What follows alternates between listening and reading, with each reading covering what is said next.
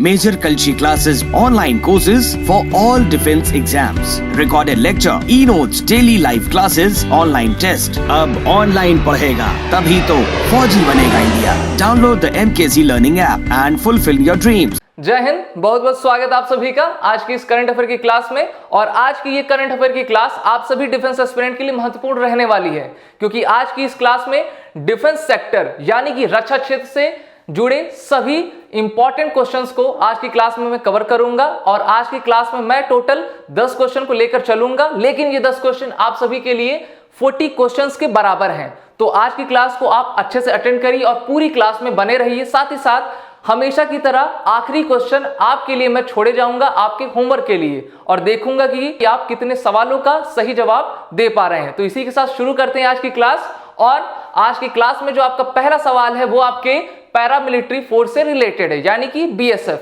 यहां पर क्वेश्चन आपसे पूछा जा रहा है, BSF has launch the operation सरहद हवा on the international borders of which state, यानी कि बीएसएफ ने किस राज्य की अंतरराष्ट्रीय सीमाओं पर ऑपरेशन सरहद हवा लॉन्च किया है। ये बेहद इंपॉर्टेंट और बेहद आसान क्वेश्चन है। यहां पर आपके 4 ऑप्शन दिए गए हैं।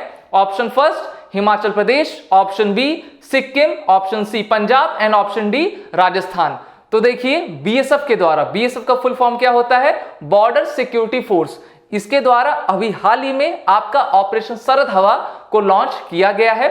और बीएसएफ आप जैसा कि जानते हैं कि हमारे नेबरिंग कंट्रीज के साथ बॉर्डर पर लगी होती है। तो यहां पर आपको बताना है कि ये जो ऑपरेशन है, ऑपरेशन सरहद हवा, वो भारत के किस अंतरराष्ट्रीय सीमा पर जारी किया गया है। तो इसका सही उत्तर है आपका option D Rajasthan. Option D Rajasthan is the right answer of the question number first. और यहां से आप देखिए बीएसएफ के बारे में, क्योंकि क्वेश्चन तो एक ये हो गया, लेकिन बीएसएफ से जुड़ी जितनी भी तमाम जानकारियां हैं उनको भी मैं आपके साथ साझा करना चाहूंगा और आपको ये बताना चाहूंगा बीएसएफ से रिलेटेड अगर कोई भी क्वेश्चन आपसे पूछ लिया जाए तो आप आसानी से उसका जवाब दे सकें। तो सबसे पहले आप ये देखिए बीएसएफ का लोगो। बीएसएफ का लोगो यहां पर आप देख रहे हैं, और इस लोगो में बीएसएफ का मोटो भी दिया गया है, ड्यूटी अनटू डेथ, यानी कि जीवन पर्यंत कर्तव्य। ये डीआरडीओ का आपका मोटो है, यानी कि ध्येय वाक्य है। फिर डीआरडीओ की स्थापना आपकी 1 दिसंबर 1965 को की गई थी। और हमेशा जितने बार भी बीएसएफ से रिलेटेड क्वेश्चन पूछा जाता है तो बीएसएफ का स्थापना दिवस जरूर पूछा जाता है। तो बीएसएफ की स्थापना दिवस कब होती है, 1 दिसंबर को। ओके, हर साल हम 1 दिसंबर को बीएसएफ का फाउंडेशन डे मनाते हैं। सेकेंड इज इंप्लॉइज की अगर बात करें तो 2,57,363 आपकी बीएसएफ में अभी कार्यरत इंप्लॉइज की संख्या है। और जो बीएसएफ को एनुअल बजट दिया जाता है भारत सरकार के द्वारा वो है आपका 2.8 billion US dollar. 2.8 billion US dollar ये बीएसएफ के लिए बजट हर साल अलॉट किया जाता है भारत की सरकार के द्वारा। अगर हम बीएसएफ का हेडक्वार्टर देखें, यानी कि सैन्य मुख्यालय बीएसएफ का, तो आपकी ये नई दिल्ली इंडिया में अवस्थित है। फिर इसके मिनिस्टर कौन है, मिनिस्टर अमित शाह है, और अमित शाह का क्या है, आपके गृह मंत्री यानी कि होम मिनिस्टर है। और इसकी पेटेंट कौन सी मिनिस्ट्री है, तो ये है एमएचए, यानी कि एमएचए, जिसका फुल फॉर्म क्या होता है, मिनिस्ट्री ऑफ होम अफेयर्स। और मिनिस्ट्री ऑफ होम अफेयर्स के अभी मंत्री कौन है, आपके अमित शाह हैं। फिर आपका एजेंसी एग्जीक्यूटिव राकेश अस्थाना। राकेश अस्थाना ये अभी आपके बीएसएफ के डीजी हैं।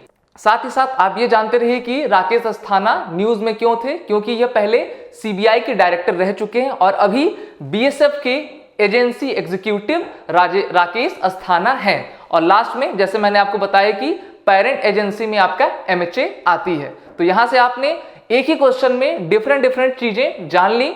अगर आपसे फाउंडेशन डे, कब इसकी स्थापना हुई, मोटो क्या है, एनुअल बजट क्या है, पेरेंट आपकी मिनिस्ट्री कौन है, आप हर क्वेश्चन का आसानी से जवाब दे सकेंगे। तो चलिए इसी के साथ बढ़ते हैं अपने अगले क्वेश्चन की तरफ, जो है आपका क्वेश्चन नंबर 2। तो यहां पे आपसे पूछा जा रहा है द इंडियन मिलिट्री एक्सरसाइज कवच।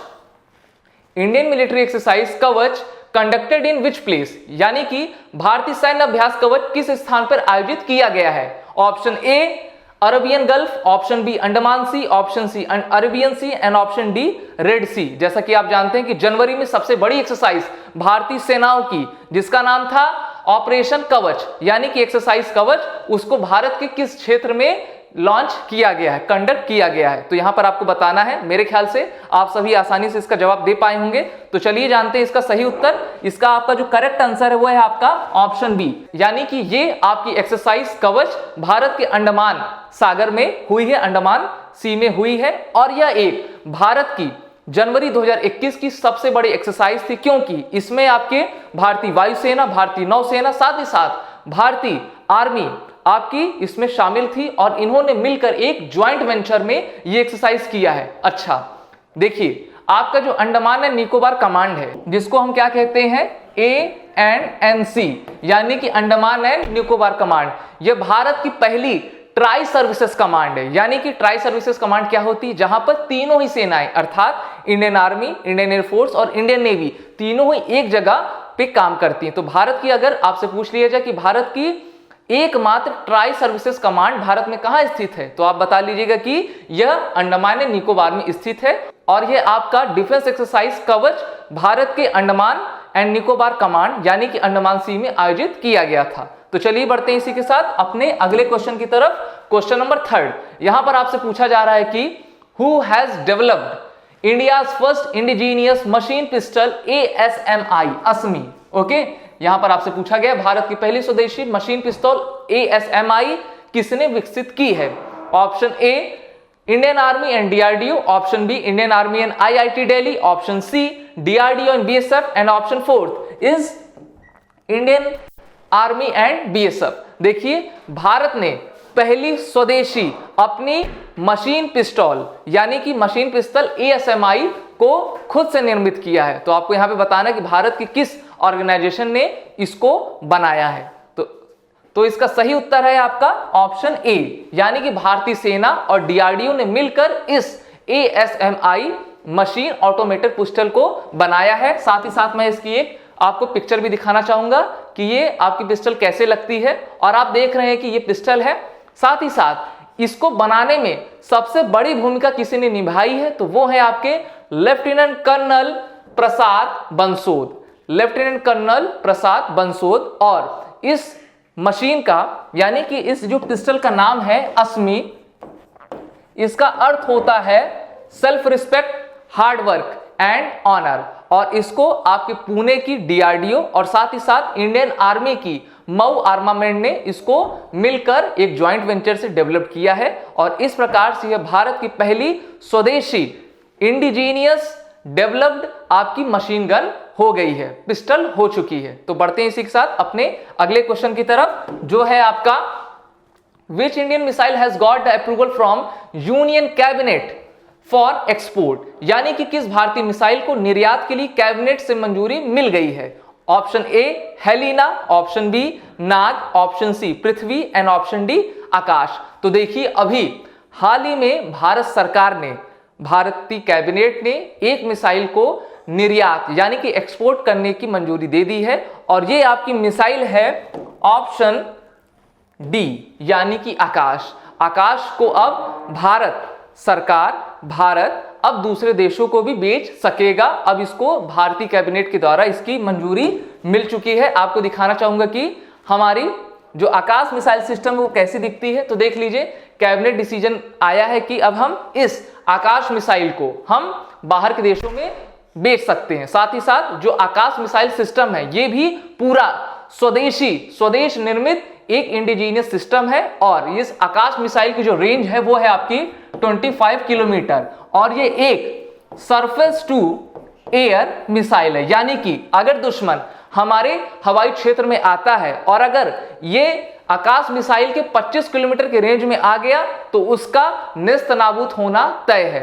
तो ये सबसे बड़ा डिसीजन है रक्षा क्षेत्र में। तो इस क्वेश्चन को भी आप जाने रहिए, साथ ही साथ जानते रहिए कि आकाश मिसाइल की रेंज क्या है और ये कौन सा वेरिएंट है। ये आपका सरफेस टू एयर वेरिएंट है। ओके, तो बढ़ते हैं अपने क्वेश्चन नंबर 5 की तरफ। और यहां पर आपसे पूछा जा रहा है which country has inducted Indian submarine INS Sindhuvir into its navy. INS Sindhuvir into its navy, अर्थात किस देश ने भारतीय पनडुब्बी आईएनएस सिंधुवीर को अपनी नौसेना में शामिल कर लिया है? Option A Myanmar, option B Malaysia, option C Singapore and option D Sri. तो सबसे पहले मैं आपको बताना चाहूंगा कि जो आईएनएस होता है उसका फुल फॉर्म होता है Indian naval ship. Okay, Bharat सरकार ने अपनी पनडुब्बी आईएनएस सिंधुवीर को एक दूसरे देश को दे दिया, यानी कि अपने पड़ोसी देश को दे दिया है। अब इसमें आपसे प्रश्न पूछा गया कि किस पड़ोसी देश को भारत ने अपना एक पनडुब्बी दिया है? तो इसका सही उत्तर है आपका ऑप्शन ए म्यांमार, यानी कि भारतीय नौसेना ने अपना आईएनएस सिंधुवीर नामक एक पनडुब्बी अब किसको दे दिया है? म्यांमार को दे दिया है। तो ये आपकी आईएनएस सिंधुवीर है, अब इसको भारत सरकार ने म्यांमार को दे दिया है। आप जानते हैं कि म्यांमार हमारा पड़ोसी देश है जिसको पहले वर्मा के नाम से जाना जाता था। इससे हमारे जो विदेश संबंध है और भी प्रगाढ़ होंगे। साथ ही साथ इस प्रकार से म्यांमार नौसेना को उनकी पहली पनडुब्बी भी प्राप्त हो चुकी है। और ये जो आपकी आईएनएस सिंधुवीर थी, रशिया ने हमें इस पनडुब्बी को दिया था। सबसे पहले इसका यूज किसने किया? रशिया ने, फिर इंडिया ने, और अब इंडिया ने किसको दे दिया है? आपके म्यांमार की नेवल आर्मी को दे दिया है। तो बढ़ते हैं अपने क्वेश्चन नंबर 6 की तरफ और जानते हैं कि क्वेश्चन नंबर 6 हमसे क्या पूछ रहा है। यहां पर आपका क्वेश्चन नंबर 6 पूछा जा रहा है, India has ordered 1580 artery guns from which country, यानी कि भारत ने किस देश से 1580 तोपें मंगाई हैं? Option A Israel, option B Russia, option C USA and option D Japan. तो देखिए, जैसा कि आप जानते हैं, भारत को अभी अपने रक्षा को और भी प्रगाढ़ करना है, मजबूत करना है। इसलिए भारत ने 1580 आर्टरी गन्स का ऑर्डर दे दिया है। तो यहां पर आपसे पूछा गया किस देश को यह ऑर्डर दिया गया है? तो इसका सही उत्तर है आपका ऑप्शन ए, यानी कि भारत ने इजराइल से 1580 आर्टरी गन्स की खरीद की मंजूरी उनको दे दी है और यह टोटल समझौता आपके 20,000 करोड़ रुपयों का है। भारत में अलग अलग आपकी आर्टरी गन्स है, जैसे कि धनुष तोपें, साथ ही साथ हमने अमेरिका से होवित्जर 777 भी मंगाया था, और अब इजराइल से आपकी ये गन्स आएंगी जो कि भारत के खेमे में जुड़कर भारत की शक्ति को और भी बढ़ाएंगी। तो ये आपका डिफेंस रिलेटेड क्वेश्चंस हैं जो कि पूरी संभावना है कि फुल चांसेस हैं कि आपके एग्जाम में जरूर आएंगे। तो अच्छे से समझते चलिए, इसीलिए मैंने क्वेश्चंस में इंग्लिश और हिंदी दोनों ही लेकर चल रहा हूं कि आपको आसानी हो और आप आसानी से इस क्लास को अटेंड कर सकें। तो यहां पर आपका क्वेश्चन में जो 7th है, ये कह रहा है, what is the name of all weather electronic surveillance system which is recently handed over by the defence minister to the Indian army. अर्थात all weather electronic surveillance system का नाम क्या है जिसे हाल ही में रक्षा मंत्री ने भारतीय सेना को सौंपा है? यहां पर आपसे पूछा जा रहा है कि भारतीय सेना को सौंपा है। Option A IRBM, option B BOSS, option C K100 and option D is MICA. Okay, MICA। अभी हाल ही में भारत के जो रक्षा मंत्री हैं, कौन है? राजनाथ सिंह हैं। उनके द्वारा तीनों ही सर्विस के जो कमांडर हैं उनको एक सिस्टम दिया गया है। यहां से आपसे पूछा गया है कि भारतीय सेना को रक्षा मंत्री के द्वारा जो all weather electronic surveillance system है दिया गया है उसका नाम क्या है? तो इसका सही उत्तर है आपका option B. Option B is the right answer of the question number 7 which is boss.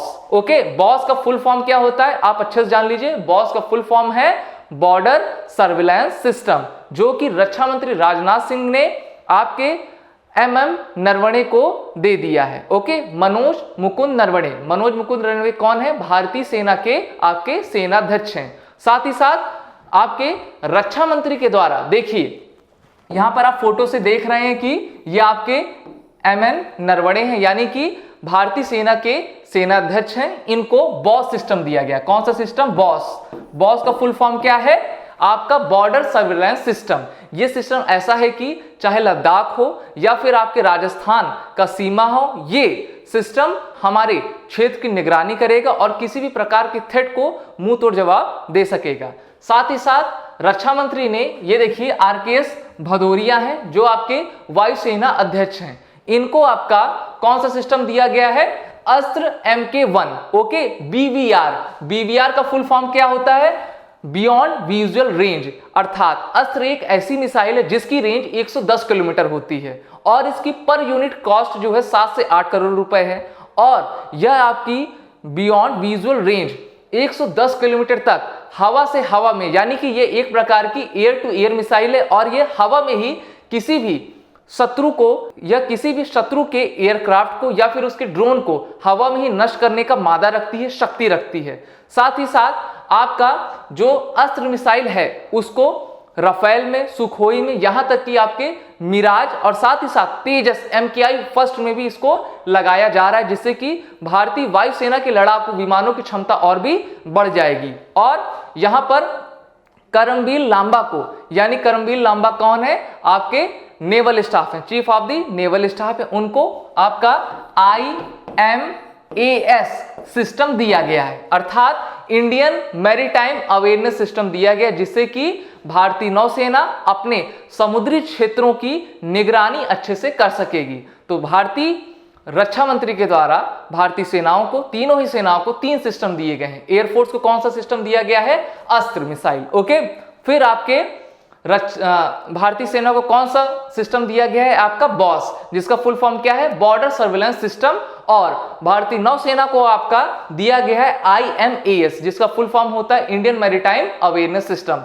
और ये तीनों ही सिस्टम किस ऑर्गेनाइजेशन के द्वारा बनाए गए हैं, ये तीनों ही सिस्टम आपके DRDO के द्वारा निर्मित किए गए हैं। तो एक ही क्वेश्चन से आपने तमाम चीजों को जाना, इसलिए रक्षा क्षेत्र से जुड़े जितने भी इंपॉर्टेंट आपकी न्यूज है आज की इस क्लास में मैं पूरा कवर करा दूंगा कि कोई भी प्रश्न आपके एग्जाम में छूटने ना पाए। अब हम देखते हैं क्वेश्चन नंबर 8 की तरफ बढ़ते हैं। यहां पर आपका क्वेश्चन नंबर 8 आपसे पूछ रहा है, the navy of which national launch 5th scorpion submarine Vagir, यानी कि किस राष्ट्र की नौसेना ने 5वीं स्कॉर्पियन पनडुब्बी वागीर लॉन्च की है। Option A India, option B China, option C Russia and option D USA। तो आपको बताना है कि किस देश की नौसेना के द्वारा 5वीं स्कॉर्पियन पनडुब्बी जिसका नाम वागीर है उसकी लॉन्चिंग की गई है। तो बेहद आसान सा क्वेश्चन है, अगर आप अवेयर होंगे, डेली न्यूज देखते होंगे तो आप आसानी से इस क्वेश्चन का जवाब दे पाएंगे। तो इसका सही उत्तर है आपका option A India.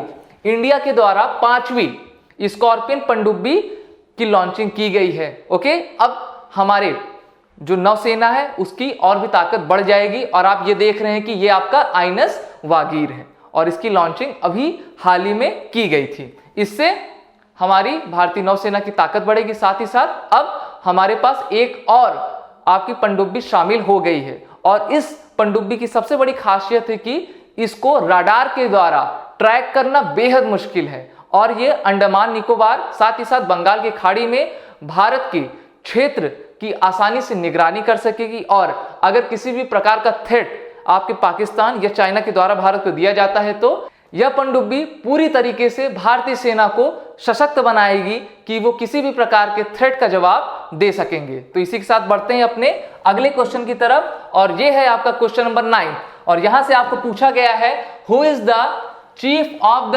Air staff of Indian air force, यानी कि भारतीय वायुसेना के चीफ ऑफ एयर स्टाफ कौन है। Option A BS Dhanoa, option B RKS Bhadauria, option C Harjeet Singh Arora and option D Bipin Rawat. तो आप देखते चलिए कि ये चारों ऑप्शन आपके लिए इंपॉर्टेंट है और यहां पर आपको बताना भी है कि अभी भारतीय वायुसेना के चीफ कौन है। तो इसका सही उत्तर है आपका ऑप्शन बी, यानी कि राकेश कुमार सिंह भदौरिया। साथ ही साथ आप ये भी जानते रहिए कि ये बाकी के 3 ऑप्शन किस लिए दिए गए हैं। तो चलिए मैं पिक्चर के माध्यम से आपको बताऊंगा कि ये 3 ऑप्शन आपके लिए कैसे इंपॉर्टेंट है। तो देखिए यहां पर आप देख पा रहे हैं कि ये कौन है, आपके भारतीय वायुसेना के चीफ, जिनका क्या नाम है, RKS भदौरिया है। दूसरा ऑप्शन आपका था ये, यानी कि अरोरा जी, ये आपके vice chief of the air staff हैं। फिर आपका तीसरा यहां पे आप देख पा रहे हैं, ये पूर्व वायुसेना अध्यक्ष थे जिनका नाम है BS धनोवा। और फिर आपके ये बिपिन रावत हैं। ओके, ये अभी क्या है, आपके CDS हैं, यानी कि chief of the defence staff हैं। ये आपके chief of the air staff, Karambir Lamba chief of the naval staff और ये आपका chief of the army staff. और ये सभी अगर हम सीडीएस को छोड़ दें, बाकी की ये चारों लोग 4 स्टार जनरल है। वैसे सीडीएस भी 4 स्टार जनरल होते हैं। अब आप कहेंगे सर 4 स्टार जनरल होता क्या है?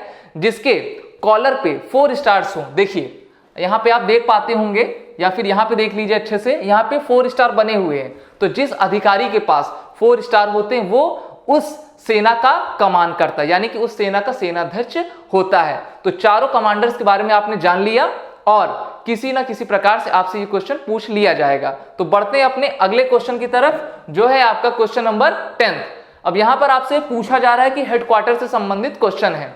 Where is the headquarter of eastern naval command of Indian navy? यहां पर आपसे पूछा गया है कि भारतीय नौसेना के पूर्वी नौसेना कमान का मुख्यालय कहां पर है। आपको बताना है कि भारतीय जो नौसेना उसका पूर्वी कमान कहां पर स्थित है, उसका हेडक्वार्टर कहां पर है। Option A Chennai, option B Mumbai, option C Visakhapatnam and option D आपका कोची। तो इसका जो करेक्ट आंसर है वो है आपका ऑप्शन सी, यानी कि विशाखापट्टनम।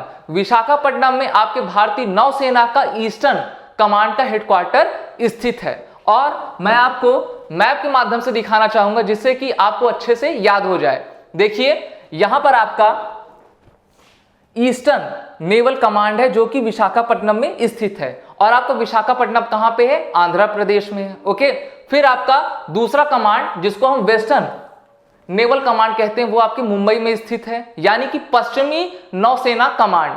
और तीसरा है आपका दक्षिणी नौसेना कमांड, ये आपके कोची, और कोची कहां पे? आपके केरला में। ओके, अगर आपसे पूछ लिया जाए कि भारतीय नौसेना के कोई भी कमांड पूछ ले, चाहे वो पश्चिमी हो, दक्षिणी हो या फिर पूर्वी हो, तो आप आसानी से इस फिगर को देखकर जवाब दे पाएंगे। और साथ ही साथ मैं आपको बताना चाहूंगा कि अगर हम इंडियन आर्मी की बात करें तो इंडियन आर्मी की टोटल 7 कमांड्स हैं। इंडियन एयरफोर्स की आपकी 7 कमांड्स हैं, यानी कि भारतीय सेना और भारतीय वायुसेना दोनों की लगभग दोनों की एग्जैक्ट 7 कमांड्स है। और वहीं इंडियन नेवी की आपकी, आप देख ही रहे हैं इस पिक्चर से, इंडियन नेवी की आपकी 3 कमांड्स हैं। तो अगर इंडियन नेवी से संबंधित क्वेश्चन पूछ लिया जाए कमांड से रिलेटेड तो आप बता लीजिएगा। और अब बारी आती है आपके होमवर्क की, तो तैयार रहिए। आज का होमवर्क मेरे द्वारा आपको यह दिया जा रहा है कि